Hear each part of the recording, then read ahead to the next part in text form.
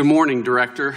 If you'll let me quickly summarize your opening statement this morning. You said in Volume 1 on the issue of conspiracy, the special counsel determined that the investigation did not establish that members of the Trump campaign conspired or coordinated with the Russian government in its election interference activities. And then in Volume 2, for reasons that you explained, the special counsel did not make a determination on whether there was an obstruction of justice crime committed by the president. Is that fair? Yes, sir. All right. Now, in explaining that special counsel did not make what you called a traditional prosecution or declination decision, the report on the bottom of page 2 of Volume 2 reads as follows. The evidence we obtained about the president's actions and intent presents difficult issues that prevent us from conclusively determining that no criminal conduct occurred. Accordingly, while this report does not conclude that the president committed a crime, it also does not exonerate him. Now, I read that correctly? Yes. All right. Now, your report, and today you said at all times the special counsel team operated under, was guided by, and followed Justice Department policies and principles. So, which DOJ policy or principle sets forth a legal standard that an investigated person is not exonerated if their innocence from criminal conduct is not conclusively determined? Can you repeat the last part of that question? Yeah. Which DOJ policy or principle set forth a legal standard that an investigated person is not exonerated if their innocence from criminal conduct is not conclusively determined? Where does that language come from, Director? Where is the DOJ policy that says that? Can you, let me make it easier. Go ahead. Can you give me an example other than Donald Trump where the Justice Department determined that an investigated person was not exonerated because their innocence was not conclusively determined? I cannot, but this is a unique situation. Okay, well, you can't. Time is short. I've got 5 minutes. Let's just leave it at you can't find it because I'll tell you why. It doesn't exist.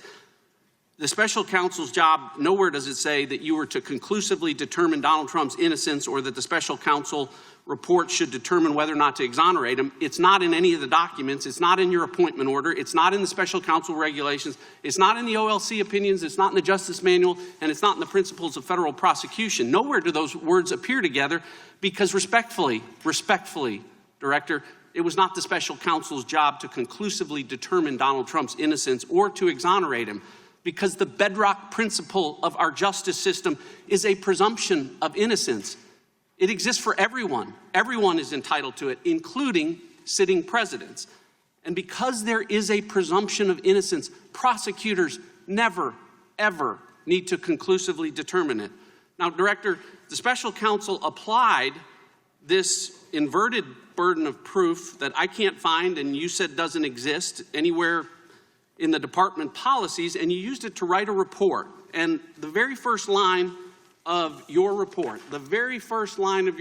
says, and as you read this morning, it authorizes the special counsel to provide the Attorney General with a confidential report explaining the prosecution or declination decisions reached by the special counsel. That's the very first word of your report, right? That's correct. Here's the problem, Director. The special counsel didn't do that. On Volume 1, you did. On Volume 2, with respect to potential obstruction of justice, the special counsel made neither a prosecution decision or a declination decision. You made no decision. You told us this morning and in your report that you made no determination. So respectfully, Director, you didn't follow the special counsel regulations. It clearly says, write a confidential report about decisions reached. Nowhere in here does it say, write a report about decisions that weren't reached. You wrote 180 pages about decisions that weren't reached, about potential crimes that weren't charged or decided. And respectfully, by doing that, you managed to violate every principle and the most sacred of traditions about prosecutors not offering extra prosecutorial analysis about potential crimes that aren't charged.